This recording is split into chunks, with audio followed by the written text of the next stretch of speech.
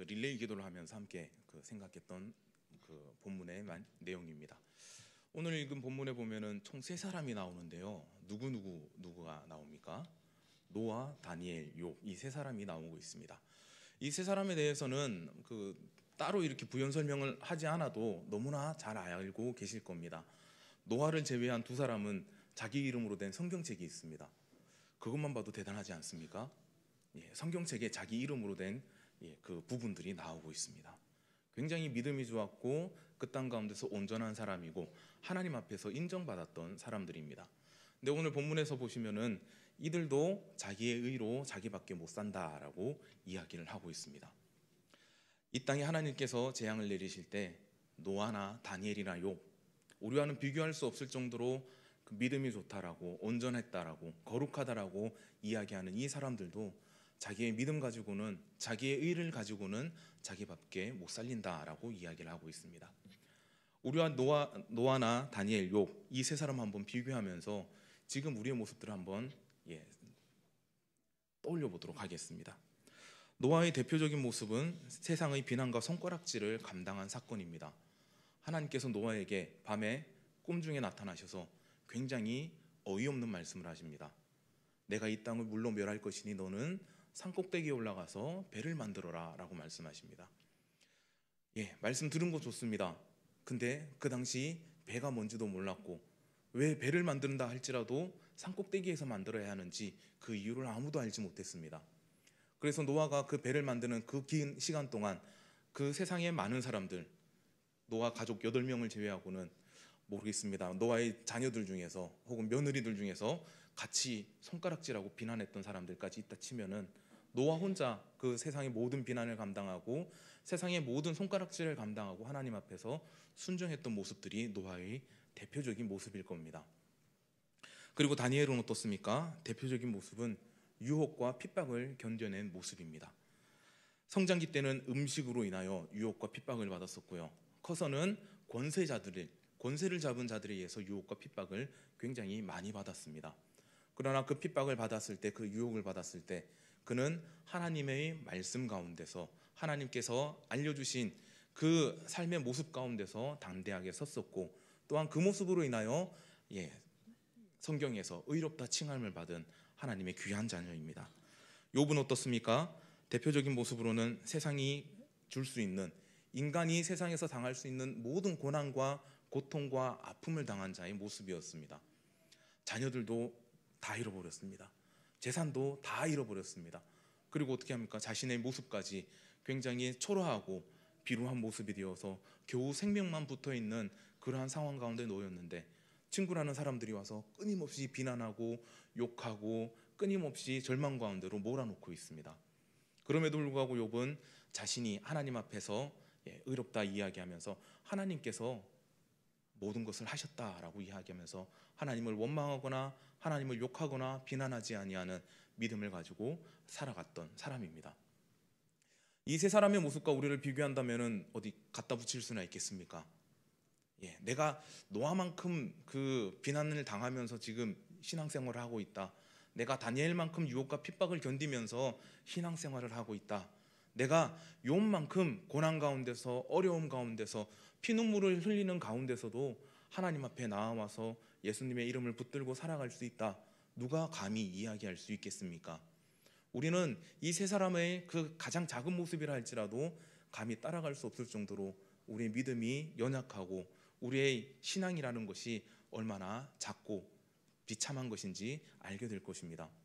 그런데 하나님께서 이 사람들의 그 믿음, 우리는 감히 바라볼 수도 없는 이 믿음을 가지고 말씀하시는데 그들도 자기 믿음으로는 자기밖에 못 살리겠다라고 말씀하십니다. 여기 계신 많은 부모님들, 자녀들을 위해서 얼마나 기도를 하십니까? 기도를 참 많이 하시지 않습니까? 만약 100분을 기도한다면 자녀들을 위해서 못해도 70에서 80분은 기도하실 겁니다. 우리 자녀들이 이 땅 가운데서 잘 되고 우리 자녀들이 믿음 가운데서 성장하고 열매 맺을 수 있도록, 그리고 우리 자녀들로 인하여 세상이 변화될 수 있도록 얼마나 많이 기도하십니까? 근데 우리가 그만큼 기도하는데 이 세 사람은 또 얼마나 기도를 했겠습니까?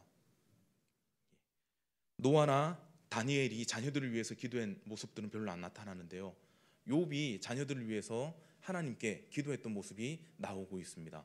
생일 잔치를 벌여놓고 생일을 한 후에 어떻게 합니까? 자녀들이 부지 중에 하나님께 죄를 지었을까 봐 하나님 앞에 모두 데리고 가서 제사를 드렸던 모습이 그 욥기에 기록이 되어져 있습니다. 우리는 그렇게 하지 않지 않습니까?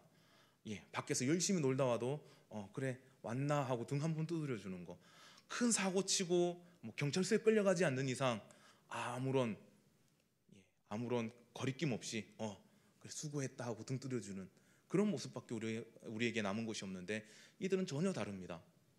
이들이 자녀들을 위해서 얼마나 많이 기도했겠습니까? 자녀들을 위해서 얼마나 많이 하나님께 부르짖었겠습니까? 그런데 하나님께서 너무나 뜬금없이 말씀하십니다.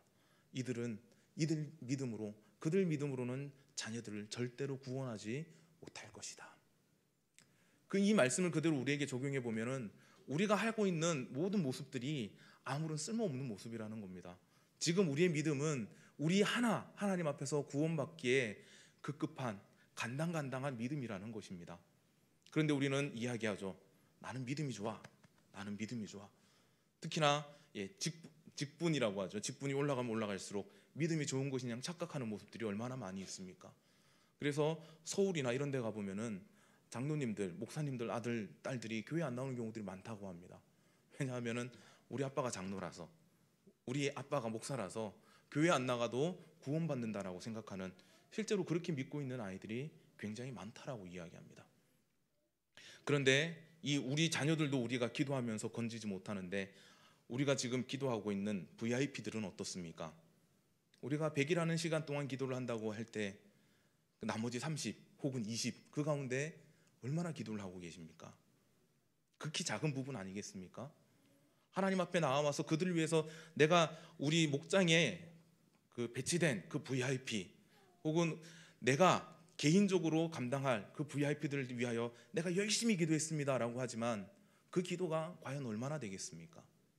우리가 열심히 기도하고 그들 위하여 눈물을 흘리며 메어 달린다 할지라도 안타깝게도 오늘 읽은 본문에 나오는 것처럼 우리는 그들을 구원할 수가 없습니다.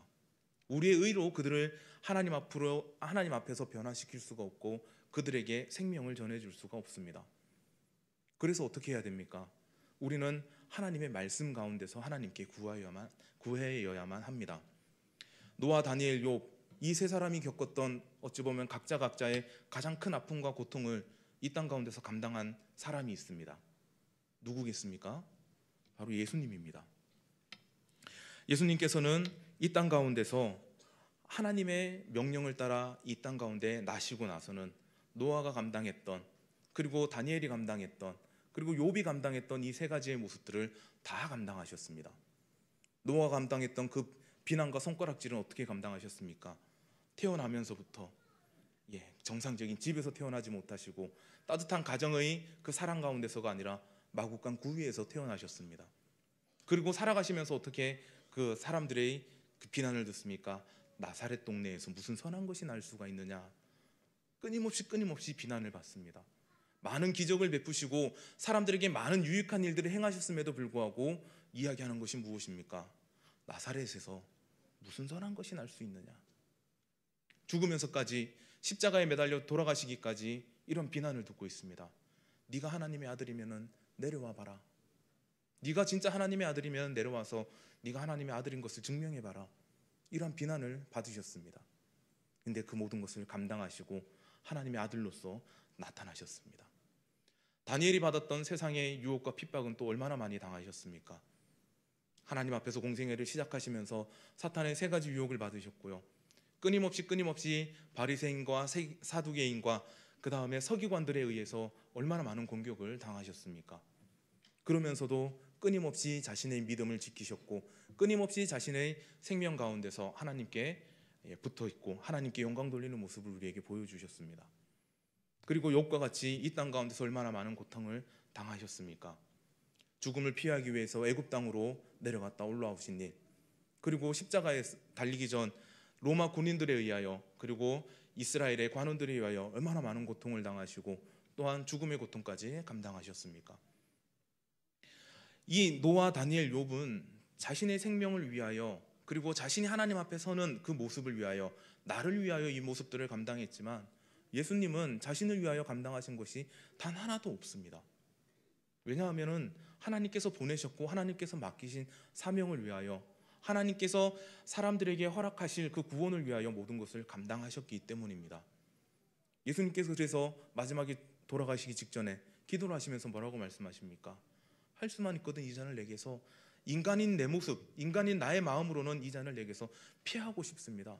이 잔이 내게 주어질 때 나는 돌아서고 싶습니다 라고 말씀하셨지만, 내가 이 땅 가운데 나의 만족을 위하여, 나의 기쁨과 즐거움을 위하여 난 것이 아니라 하나님의 영광을 위해서, 하나님의 그 사랑과 구원을 위해서 왔사오니 아버지의 뜻대로 하옵소서라고 고백하셨습니다. 이 모습을 이제는 우리에게 예수님의 의가 전가된 모습으로 나타나고 있습니다. 이제는 사람이 전해줄 수 없는 거룩함, 사람이 줄 수 없는 의, 그 믿음이 아니라 하나님의 아들께서 이 땅 가운데 오신 그 은혜와 그 사랑과 그 믿음을 가지고 이제 우리가 하나님 앞에 섰다라는 겁니다. 그 섰으면 이제는 어떻게 해야 됩니까? 섰으면 이제 우리도 예수님께서 감당하신 이 세 가지 삶의 모습들, 이 땅 가운데서 끊임없이 우리 가운데 오는 비난과 끊임없이 다가오는 유혹과 핍박과 끊임없이 다가오는 삶의 고통과 어려움 가운데서도 하나님께서 감당하실 수 있다고 하셨으니, 하나님께서 우리의 힘과 능력이 되시오니 나도 감당하겠습니다 라고 하며 감당하며 살아야 하는 것입니다. 그러면서 예수님께서 우리에게 의를 전해주시면서 한 가지 명령을 하셨습니다. 무슨 명령입니까? 가서 전하라 라고 말씀하십니다. 마태복음 28장 19절 20절에 이렇게 말씀하십니다. 가서 모든 민족을 제자로 삼아 아버지와 아들과 성령의 이름으로 세례를 베풀고 내가 너희에게 분부한 모든 것을 가르쳐 지키게 하라. 볼지어다 내가 세상 끝날까지 너희와 항상 함께 있으리라. 우리에게 내가 와서 너희들을 살렸으니, 하나님의 손에서 건졌으니, 죽음에서 건져줬으니 이제 너희는 내 것이니 내가 원하는 대로, 내가 명령하는 대로 살거라 라고 귀한 명령을 주신 겁니다. 그 명령이 무엇입니까?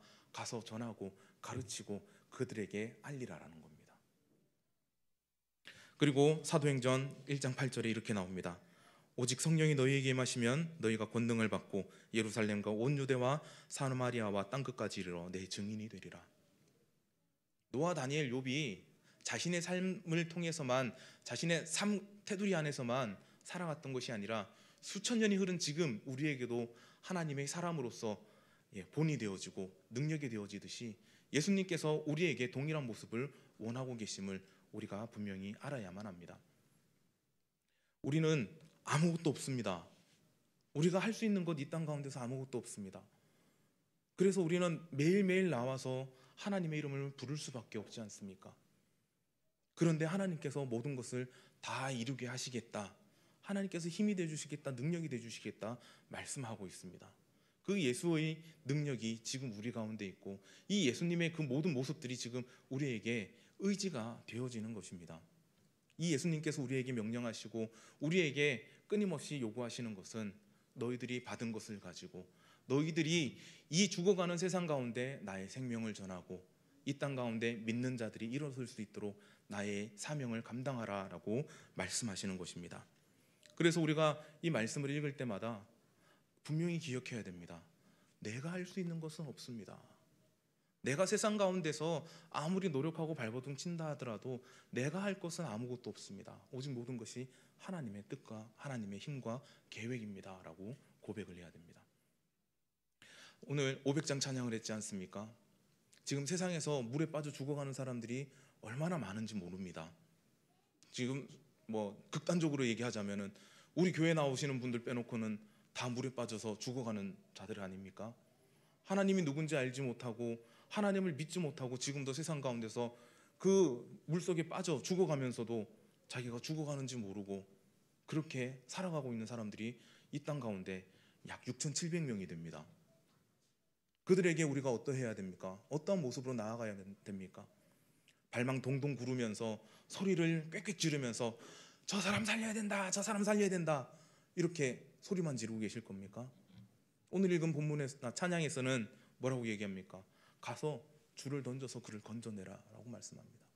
그가 빠져서 죽어가는지도 모르니까 가서 건져내라 라고 말씀하고 있습니다. 오늘 읽은 본문에서도 나타나죠. 21절부터 23절의 내용을 보면은 하나님께서 그 네 가지 재앙을 한꺼번에 내리실 때가 있는데 그 가운데서도 살아남은 자들이 있을 것이다. 그 살아남은 자들로 인하여 우리가 기뻐하고 즐거워하고 우리가 하나님 앞에 영광을 돌릴 것이다 라고 말씀을 하고 있습니다. 이 살아남은 자들이 누구겠습니까? 자녀들이다 라고 말씀하고 있습니다. 어떤 자녀들이겠습니까? 살아남은 자녀들이 어떤 자녀들이겠습니까? 믿는 자녀들이겠습니까? 믿음의 사람에게서 난 자녀들이겠습니까? 노아나 다니엘이나 욥의 그냥 믿지 않는 자녀들이겠습니까? 자기의 입으로 하나님을 고백하고 자신의 삶을 통해서 하나님을 고백한 그 자녀들이 하나님 앞에 나와서 기뻐하고 즐거워하고 우리의 위로와 우리의 평안이 될 것이다 라고 말씀을 하고 있는 겁니다. 예수님께서 우리에게 명령하신 그 명령 그대로 이제 우리가 이 땅 가운데 죽어가는 사람들 가운데서 하나님의 자녀들을 건져내야만 합니다. 하나님께서 우리를 통하여 건져내신 자들로 인하여 우리가 기뻐하고 즐거워할 수 있어야만 합니다. 그들을 우리가 하나님께서 허락하신 위로로 삼고 평안으로 삼고 살 수 있어야만 합니다. 이를 위해서는 우리가 가만히 앉아서 기도만 하는 것으로 그쳐서는 절대로 안 됩니다. 소리만 지르고 발만 동동 구르고 있어서는 안 됩니다. 이제는 우리가 그들에게로 나아가서 그들에게 하나님의 말씀을 전하고 그들을 강권하여다가 이 집을 채워야만 합니다. 누가복음 14장 23절에 이런 말씀이 나옵니다. 주인이 종에게 이르되 길과 산울타리 가로 나아가서 사람을 강권하여 데려다가 내 집을 채우라. 천국 잔치를 배설한 임금이 뭐라고 이야기합니까? 너희들 와서 내 잔치를 즐겨라.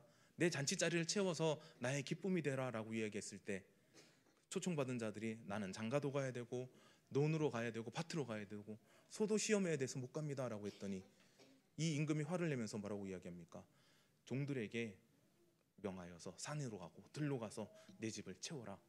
어떻게 채웁니까? 강권하여 채우라. 강권하다라는 좋은 말로는 강하게 강곡히 이야기해서 데려오다, 청하다라는 의미를 가지고 있는데요. 이걸 조금 더 세게 말하면은 안 온다라고 했을 때 멱살을 잡고 끌고 와서 내 집을 채우라는 것입니다.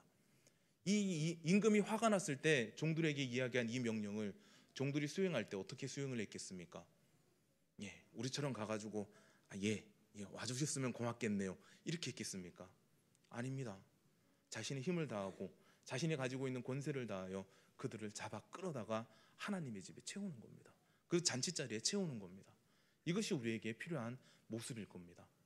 그리고 요한복음 1장 46절에 이런 말씀이 나옵니다. 빌립이 나다나엘에게 이야기합니다. 와서 보라. 와서 봐라. 네가 나사렛에서 무슨 선한 것이 날 수 있으며 나사렛에서 무슨 거룩한 것이 날 수 있느냐라고 얘기했지만 네가 진짜 와가지고 한 번만 봐라. 네 눈으로 보고 네 귀로 듣고 네가 판단해 봐라 라고 했을 때 어떻게 됩니까? 그의 간곡한 청에 이끌려서 왔더니 예수님을 보고 예수님의 말씀을 듣고 나다나엘이 예수님을 하나님의 아들이라 고백하는 장면이 그 이후에 나오고 있습니다. 이러한 장면들은 계속해서 나오는데요. 사도행전에 사도들이 하나님의 성령을 받고 나서 처음으로 기도를 하고 그 마가의 다락방에서 나가서 말씀을 전할 때 무려 3,000이나 되는 사람들이 하나님 앞에서 돌아오게 되었습니다. 그때 이 사도들이 했던 행동이 어떤 행동들입니까? 그냥 기도만 하고 끝나는 것이 아니라 기도의 자리에서 박차고 나아가서 자신에게 허락하여 주신 그 말씀들, 자신들에게 허락하여 주신 그 복음의 열정들을 그 자리에서 보여준 겁니다. 보여주고 들려주니 어떻게 합니까? 사람들이 그날에만 3,000명이나 더하였다라고 말씀합니다. 사도행전 4장 4절에 보면은 그 이후의 장면들, 그 성전 미문에 앉아있던 안전뱅이를 일으키고 나서 그 베드로와 요한이 변론하면서 무려 5,000명이나 되는 사람들이 다시 하나님을 믿는 그러한 역사들이 일어나게 됩니다. 이때는 특별히 남자만 5,000명이었더라라고 이야기합니다. 가만히 앉아서 기도하고 가만히 앉아서 발버둥 치는 것이 지금 우리가 해야 할 일의 전부가 아니라는 겁니다. 우리 자녀들이 똑바로 살아가지 못할 때 그를 위해서 기도만 하십니까? 우리 자녀들이 제대로 살지 못하고 자꾸만 어긋나기로 갔을 때 기도만 하시고 끝납니까? 그들을 타이르고 끝납니까? 그에게 가서 뭐라고 이야기합니까? 매도되고 가끔씩은 협박도 하시고 다리 몽둥이를 뿌라버릴라 뭐 이렇게 협박도 하시기도 하고, 어찌됐든 그를 올바른 길로 인도하기 위하여, 그가 제대로 된 길로 나아가기 위하여 있는 수단 없는 수단 다 쓰시지 않습니까? 그렇다면 지금 죽어가는 이들을 위해서 우리는 어떠한 수단들을 배제를 해야 됩니까? 왜 우리에게 주신 그 거룩한 기회들을 다 날리고 다 상실해버리고 하나님께서 허락하여 주신 그 방법들을 다 잊어버린 채 그냥 나는 기도만 열심히 하겠습니다, 내가 할 것은 뒤에서 기도로 서포트하는 것입니다, 이렇게 여기는 우리의 어리석은 모습들이 계속해서 나타나고 있는 것입니까? 이제는 이러한 모습에서 벗어나야만 합니다. 왜냐하면 하나님께서 우리에게 원하시는 것, 예수님께서 우리에게 원하시는 것은 내가 나아가고 내가 무언가를 하는 것이 아니라 하나님께서 내 안에 계시고 예수님께서 내 안에 전가시켜 주신 그 의를 가지고 세상 가운데 이 의를 드러내라 라고 말씀하고 계시기 때문입니다. 노아, 다니엘, 욥 이 세 사람도 감당하지 못한 그 은혜와 그 사랑을 우리에게 허락하여 주셔서 복음을 전하는 자로서, 그리고 이 땅 가운데 하나님의 말씀을 증거하는 자로서 우리를 다시 한번 세워주신 것입니다. 다시 한번 세워주시고 다시 한번 사명을 주시고 그 직분 가운데 우리를 불러주셔서 하나님의 거룩하신 일들을 감당하라라고 말씀을 하는 겁니다. 지금 우리에게 주어진 사명은요, 이 노아나 다니엘이나 욥이나 이런 사람들이 맛보지 못했던 하나님의 귀한 은혜입니다. 이 사람들이 언제 이 기쁨을 맛봤겠습니까? 이 사람들은 예수님도 모르는 사람들입니다. 예수님께서 이 땅 가운데 오셔서 행했던 그 사랑을 알지도 못했던 사람들입니다. 그런데 이들에게 하나님께서 은혜를 부어주셨는데 지금 예수님의 사랑을 알고 예수님의 그 말씀대로 살아가는 우리에게는 더 큰 것으로 채워주시지 아니하겠습니까? 이들은 살아가면서 그 힘든 고난과 어려움을 겪었지만 우리는 예수님께서 살아가면서 날마다 위로도 주시고 날마다 은혜도 주시고 날마다 평안도 허락해 주시지 않습니까? 우리에게 맡겨진 그 귀한 사명들 다시 한번 생각해 보시기 바랍니다. 내가 왜 하나님 앞에 나와 있는가? 내가 왜 교회 가운데 나와 있는가? 내가 왜 세상의 핍박과 고난과 고통과 어려움을 당하면서도 예수 믿는다라고 고백을 하고 있을까? 그 고백 가운데, 그리고 그 고민 가운데 생각해 보시기 바랍니다. 지금 나의 이러한 모습들이 과연 하나님께 영광이 되어질까? 지금 나의 이러한 믿음의 만족함 가운데 하나님의 만족함이 남아있을 수 있을까?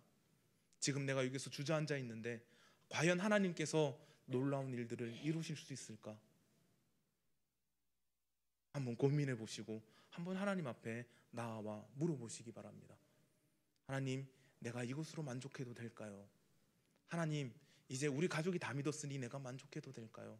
이제는 내 자녀들이 다 믿었으니 만족해도 될까요? 하나님, 이제 내가 평안히 그냥 교회만 왔다 갔다 해도 될까요?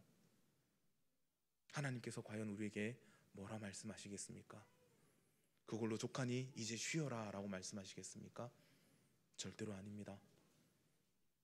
끊임없이 우리에게 너의 삶의 마지막까지, 우리 생의 마지막까지 하나님 앞에 나와 하나님의 이름을 부르고 하나님 앞에서 하나님께서 부르신 그 목적 그대로 하나님의 말씀을 전하고 하나님의 사랑을 전하는 그러한 자가 되도록 우리에게 다시 한번 명령해 주실 것입니다. 어차피 받을 명령 지금 받아서 지금 주시는 은혜와 사랑 같이 누리시기 바랍니다. 어차피 해야 되지 않습니까? 어차피 우리에게 주어진 하나님의 사명들입니다. 피하거나 돌아갈 수 없는 길입니다.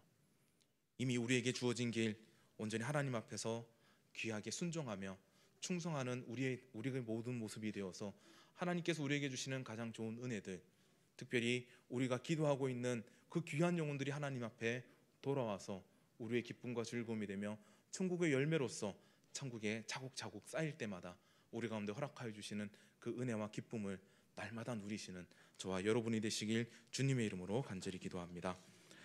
함께 말씀을 기억하시면서 한 목소리로 기도하도록